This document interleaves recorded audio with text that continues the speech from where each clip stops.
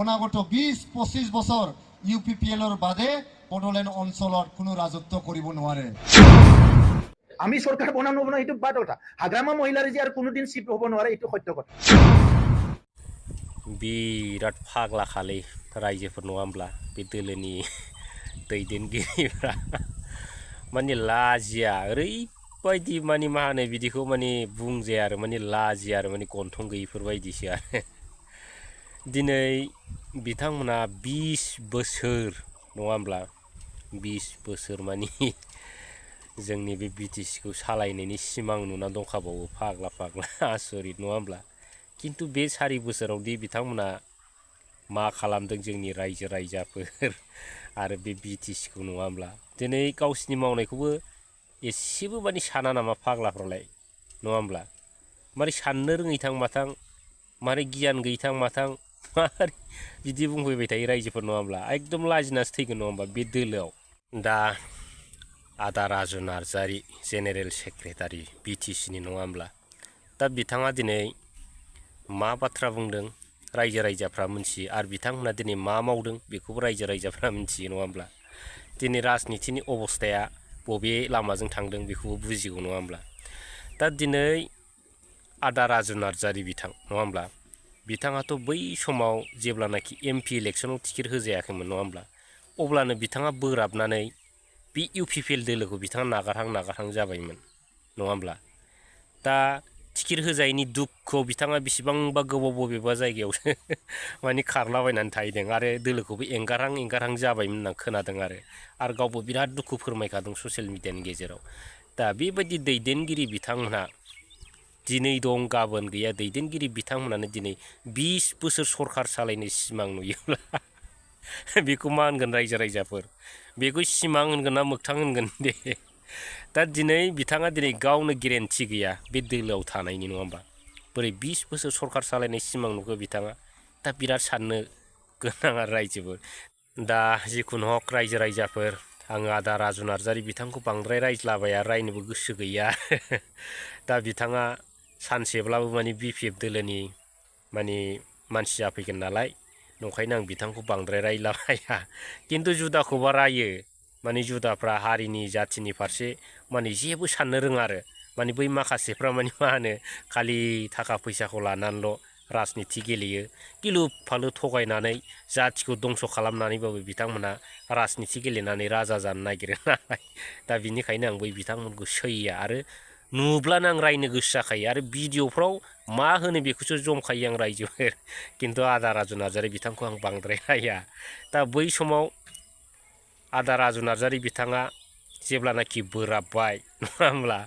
आरो बोराबनायजों लोगोसे बिथाङा एकदम इउपिपिएलखौ नांथारला होननानै खारनो नागिरनाय माने खायदाफोरखौ नुबाय आरो बिथांनि साननायफोरखौ दाना प्रमद बन्दु बिथांमोनाथ' थाल मोनबाय बोराबनाय मानाय आरो प्रमद बन्दु बिथांनावथ' बिराद माने खायदा बोराय दंना बाखनायनानै मानसिखौ मा रोखोम लाबोनांगौ मा रोखोम मोजां मोनहोनांगौ माने बै टेकनिक आरो बै खायदा बोरायफ्रा माने प्रमद बन्दु बिथांनाव जेव माने एभेलेबेल दं आरो मानसिखौ माने बोरमा खालामनाय माने खायदा बोराय स्टाइलफ्रा ओंखायनो गिनांगौ दा बिदिनो बिराद ओरैबायदि बाखनायबाय माने आदा राजु नार्जारि बिथांखौ माने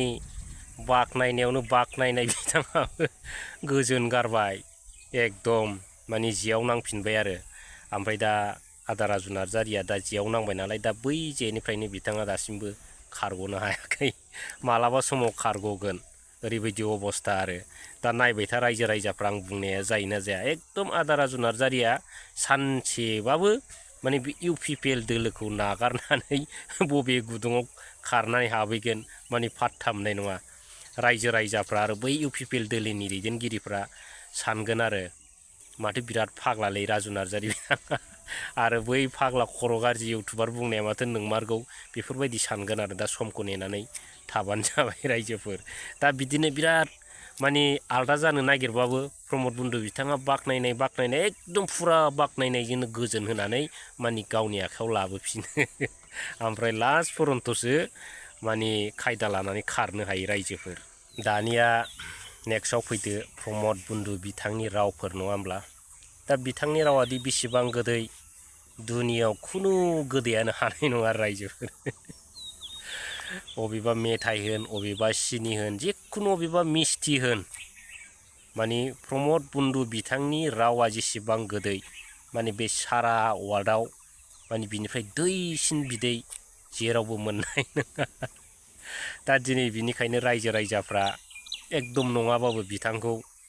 माने फोथायो आरो एसे बै UPPL दोलोनि सापर्टारफ्रा किन्तु जाय बुजिना जाय हारिनि सेन्टिमेन्ट गोनां जाय हारिनि फारसे साननो हानाय मेलेम आरो थै दं बै बिथांमोनहा हले माने बिथांनि रावफोरखौ बुजिखायो आरो दा दिनैनि दिनाव बिथाङा बुंदों हाग्रामा महिलारिया खुनु माने शिब जानायाव गैला माने बिथां गाव गेरेन्टि होदों आरो नङा होमब्ला किन्तु फैगोन समाव प्रमद बन्धु बिथां माने गावहादि मा अबस्था जागोन बेखौ सानाखै दिनै बिथांमोना नङा होमबा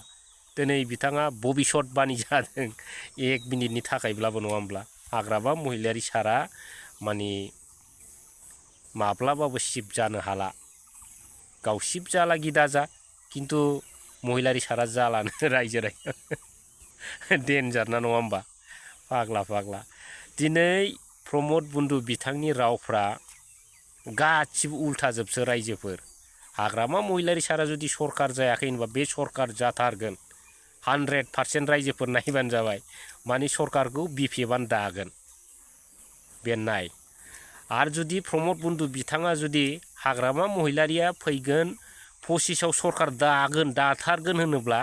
प्रमद बन्धु बिथाङा जुदि होनोब्ला माने दानो हानाय नङामोन माने उल्थासो नालाय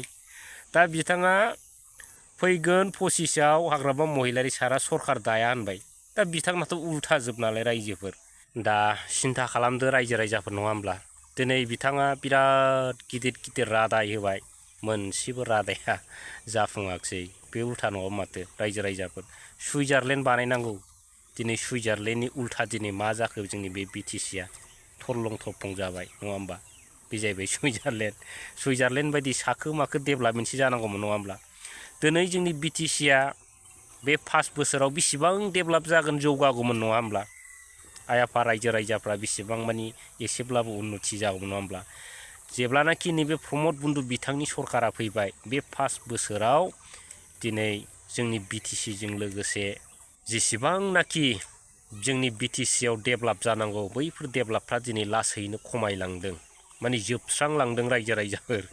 सिन्था खालाम नोंथांमोनाबो दिनै बिथांमोना बिराद गिदिर रादाय होबाय घरे साख्रि नङा होमब्ला आरो गरिब गुन्द्राफोरनो मावनानै जानायनि सुबिदा होनांगौमोन दिनै बेबो गैया सेल्फ हेल्प ग्रुपफोरनो बिथांमोना 75,000निफ्राय लानानै 20 लाख करि होनोबो होनदोंमोन बै समाव राकेश ब्रह्म बिथाङानो गावनि खुगाजों होनदोंमोन दिनै बेफोरबो गैया दिनै बिथांमोना डेभेलप होनबाय थादों नाथाय डेभेलपआ जोंनि BTCनिफ्राय गासिबो दिनै फासयलांदों मोनफ्रोमबो बिथिंनिफ्राय साननानै नायोबा मोनफ्रोमबो बिथिंनि डेभेलपफ्रा दिनै खमायजोबदों होमबा मा डेभेलप जाखो दा बे उल्था जायाखै रायजो राजाफोर दिनैनि दिनाव प्रमद बन्धु बिथांनि जेनाखि बिटिआर सान्ति सुक्ति बै सान्ति सुक्तियानो जाहैबाय माने फासयनाय डेभेलप नङा होमब्ला फासयनाय डेभेलप आरो बे जोंनि BTCखौ फोजोबस्रांनायनि मोनसे सान्ति सुक्ति होननांगोन बिथांमोनखौ नङा होमब्ला दा ओरैबायदि दुखुनांथाव दिनै NDFB बिदा फंबायफोरखौ बिथांमोना मा खालामखो दिनै सुक्तिखारि NDFB बिथांमोनानो दिनैहाय जेलनिफ्राय गवाखैबा दिनै मा सुक्ति जाखो बे सुक्तिया माखौ बुङो एग्रिमेन्टआ माखौ बुङो दिनै बिथांमोना बैखौनो बुजियाबा दिनै बिथांमोना बे बिटिआर सान्ति सुक्तिखौ मानो लाबोखो दिनै सान्ति सुक्ति लाबोनायनि उनाव दिनै मानो NDFB बिदा फंबायफ्रा दिनै मानो राननानै थाखो दा जेबो लाब गैया आदा राजु नार्जारि आरो प्रमद बन्धु नोंथांमोन जेनेबा नोंथांमोननि मावनायखौ बुजिबाय रायजो राजाफ्रा साखिनानै गोथाव नंगौना नङा बेखौबो मोनथिबाय नङा होमब्ला दा रायजो राजाया नोंथांमोनखौ बिदाय होनो थाखायल' माखासे समखौ नेनानै दं आरो बेबो 4-5 दाननि उनाव नोंथांमोना बिदाय जासिगोन नालाय दा जोबनायनि समा फैबाय दा दाखालि बैसागु थांबाय बैसागुआवथ' नोंथांमोना बिराद रंजाबाय मोसाबाय जानो हागौ आरो रायजो राजाफोरखौ थगायबाय जानो हागौ माने बैसागु जानाय नामावनो नङा होमब्ला दा जिखुनु हक नोंथांमोना जेसेबांखि थगाया जेसेबांखि मोजां बाथ्रा बुङा बेफोर गासिबो माइनास माने रसगल्लासो जेबो गैया नङा होमब्ला दा जोबनायाव आं बेखौनो खावलायनो लुबैबाय आदा राजु नार्जारि आरो प्रमद बुन्दु बिथांनिसिम दिनैनि दिनाव बिथांमोना माने बिराद गिदिर गिदिर सिमां नुनानै लाब गैला बे बैसाग मासनिफ्राय लानानै जेसेबांनाखि गाज्रि गाज्रि सिमां नुवा मानो बै गाज्रि सिमाङानो नोंथांमोननि माने रियेल माने मोगथां जासिगोन आरो गाज्रि सिमाङा खिन्थु मोजां सिमाङाथ' जाफुंखाला दा बिनि थाखायनो दिनैनि दिनाव माने एकदम बै गां गैयैफ्रा अख्राङाव बिरनो साननाय बायदि माने बिथांमोना बैफोर सिमांखौ दा नुथोंसै आरो रायजो राजाफोरखौबो दा नुहोथोंसै बेखौ आसा खालामबाय आरो चन्दन ब्रह्म बिथां आरो काम्पा बरगयारि बिथांमोनखौ लानानै दिनै बिथांमोना बिराद गिदिर गिदिर बाथ्रा बुङो नङा होमब्ला खिन्थु जेबो लाब गैया दिनै बै समाव मानाव गेदेर हाग्रामा महिलारि सारनि नाजानायावसो बे BTCखौ फोथांनानै लाखिनायाव बिथांमोना मदद होदोंमोन दा दिनै बिथांमोना बै UPPLआव थांनाय लोगो लोगो मा जाहैखो बिथांमोनाबो दिनै BTCखौ बुथारनो थांबाय दिनै UPPLआ जेरै BTCखौ बुथारनो नागिरदों एबा बुथारनो टारगेट खालामबाय थादों दा दिनैनि दिनावबो UPPLजों लोगो जानानै चन्दन ब्रह्म सार बिथां आरो काम्पा बरगयारि सार बिथांमोना दिनैहाय UPPLखौ बुथारनायाव दिनै बै प्रमद बुन्दु बिथांजों आगान होफाबाय आरो दा रायजो राजाफ्राथ' मिथिबाय प्रमद बुन्दु बिथांनि सुक्तिया मा आरो मानाव गेदेर महिलारि सारनि सुक्तिया मा बिदिब्ला बै BTC बुथारग्राखौ जोंनि रायजो राजाफ्रा मदद खालामगोन रायजोफोर दा बेखौ जोङो ओरैनो सिन्था खालामबानो मोनखायो आरो दा दिनैनि दिनाव बिथांमोना मा साननानै बै दोलोआव थांदों बिथांमोननि मानि पार्सनेल खोथा आरो खिन्थु बिथांमोनहा दिनैनि दिनाव हाग्रामा महिलारि सार दैदेननाय BPF हान्जाखौ खुनु 0% खहा खालामनो हाया आरो रायजोफोर दा साननानै लानाया मोजां दिनै माखासे दैदेनगिरिफ्रा माखौबा लुबैनानै माबा मोनसे साननानै थांदों आगान हैदों माने बिथांमोननि मेटार नङा होमब्ला खिन्थु दिनैनि दिनाव रायजो राजाफ्रा सिन्था खालामनानै महिलारि सार दैदेननाय आरो हाग्रामा महिलारिखौ फैगोन समाव BTCनि सिफ बानायनो थाखाय रायजो राजाफ्रा गोबां दिनै लैहोर मदद होदों आरो होगासिनो दं दा दिनै सोरांबानो गुबुन गुबुन दोलोफोरखौ नागारनानै दिनैनि दिनाव BPF हान्जानि लिलि लाला नांगालनि आर'नाइ गानफैगासिनो दं दा बिदिबा सिन्था खालामदो रायजोफोर फैगोन समाव सरकारा सोरनि